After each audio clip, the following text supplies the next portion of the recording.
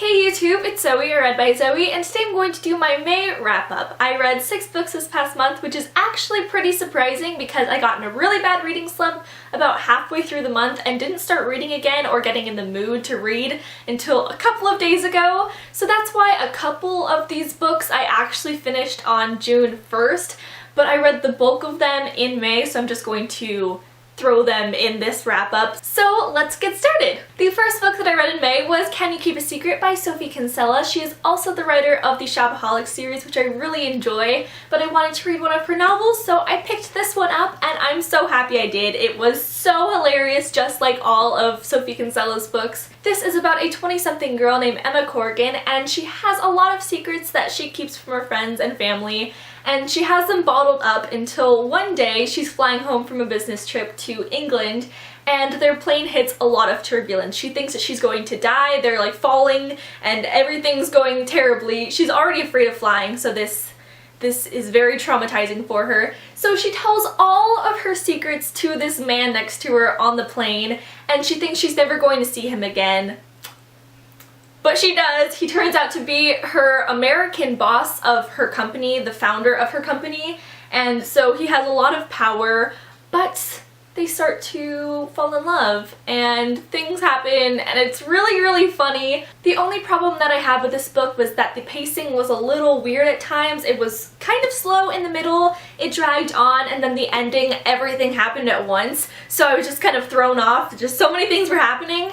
But it was so funny and I really enjoyed the romance, and Emma was a really interesting character, so I gave it 4 out of 5 stars. Then I read The Lost Hero by Rick Riordan. This is the first book in the Heroes of Olympus series, which is a spin-off / continuation on of the Percy Jackson and the Olympian series. This first book focuses on 3 new characters, whereas the Percy Jackson series only focused on 1 character, which was Percy Jackson.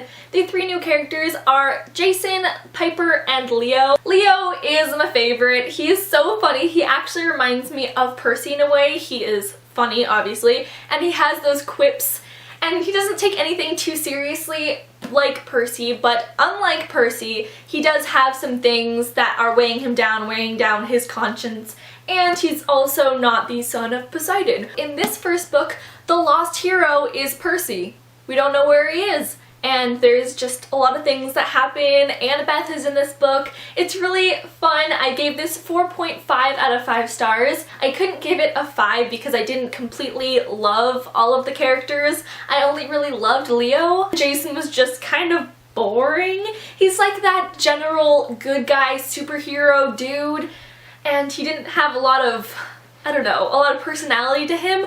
So Leo was my favorite, but I didn't really enjoy reading from Jason's perspective. I am definitely continuing on with this series, and I can't wait to see how it all unfolds. The next book that I picked up was 1984 by George Orwell. This has been on my TBR for about 2 years, and I finally got around to it. I've been wanting to read more classics lately, and so I read this book.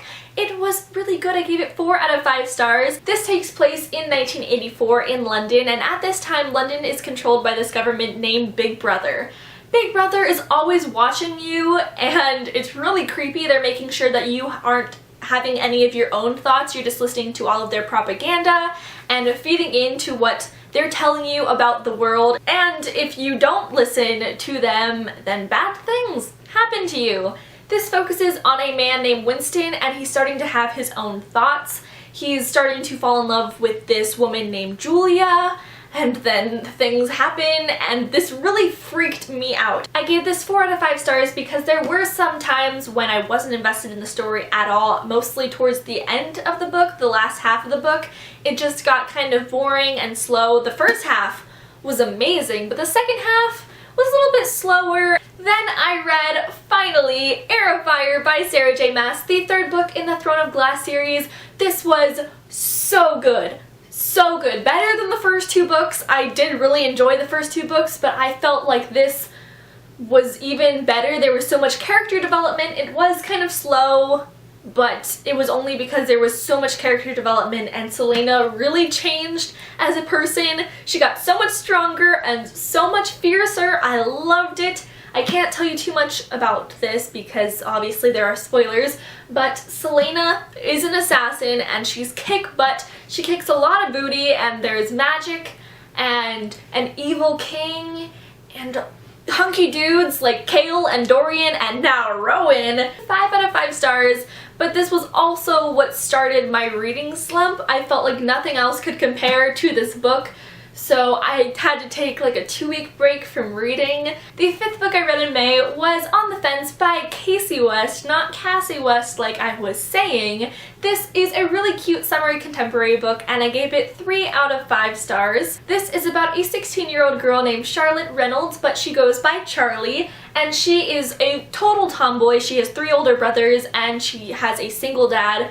And all of them know nothing about makeup or anything girly. They just love sports, and I think just sports. Sports is their thing. Charlie is not the best driver, but she can usually talk herself out of all of her speeding tickets because her dad is a cop. But this last speeding ticket she can't talk herself out of, and it's a pretty hefty fine. So her dad makes her get a summer job at a boutique that is very girly and not like her style at all. There she really embraces her feminine side, and she starts to have more female friends. She really changes as a person, and at night she starts to go to her fence to talk about her problems with her next door neighbor named Brayden, who also is one of her brother's best friends and one of her best friends, and they start to fall in love, and it's just a really cute summer contemporary. I gave this 3 out of 5 stars because I really didn't like Charlie throughout most of the book. I thought she was pretty insensitive and judgmental about a lot of things, and I don't know, she just rubbed me the wrong way, but she did get better throughout the book.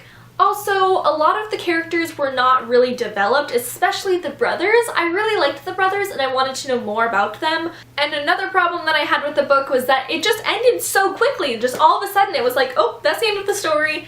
Okay. The last book that I read in May, but actually finished on June 1st, was A Court of Thorns and Roses by Sarah J. Maas. This was fantastic. This is her first book in her new series, and I gave it 5 out of 5 stars. This is a fantasy retelling of Beauty and the Beast, but with fairies. And I loved how complex this world was, but it was explained so well that it didn't just feel like an information dump like Allegiant or something like that, where just a lot of information was thrown at you at once. You probably know what this book is about because everyone and their mother read it in May, but it is about this 19-year-old girl named Feyre, and she kills this wolf who turns out to be a fairy. And when she kills him, this man, beast, guy, fairy, dude named Tamlin comes and takes her. Because she took the life of a fairy, he's going to take her life and make her live at his spring court for the rest of her life. Also at this court, everyone has masks permanently fixed to their face. They can't take them off, except Tamlin when he turns into the beast creature. So again, it's kind of like Beauty and the Beast there. I really liked all of the characters. I do like Selena from Throne of Glass better than Feyre, but still Tamlin was really cute, and Lucian, I really enjoyed him. This was an amazing book, and I loved how Sarah J. Maas was able to take the story of Beauty and the Beast but completely make it her own and really make it fit in with this story and just develop it so well. I'm ready for the next book. You all should read it because it is fantastic. So those were all of the books that I read in May. I hope you all enjoyed. There will be a June TBR video up pretty soon with all the books that I'm planning on reading in June, so you can look out for that. Thank you all for watching, and I'll talk to you all later. Bye!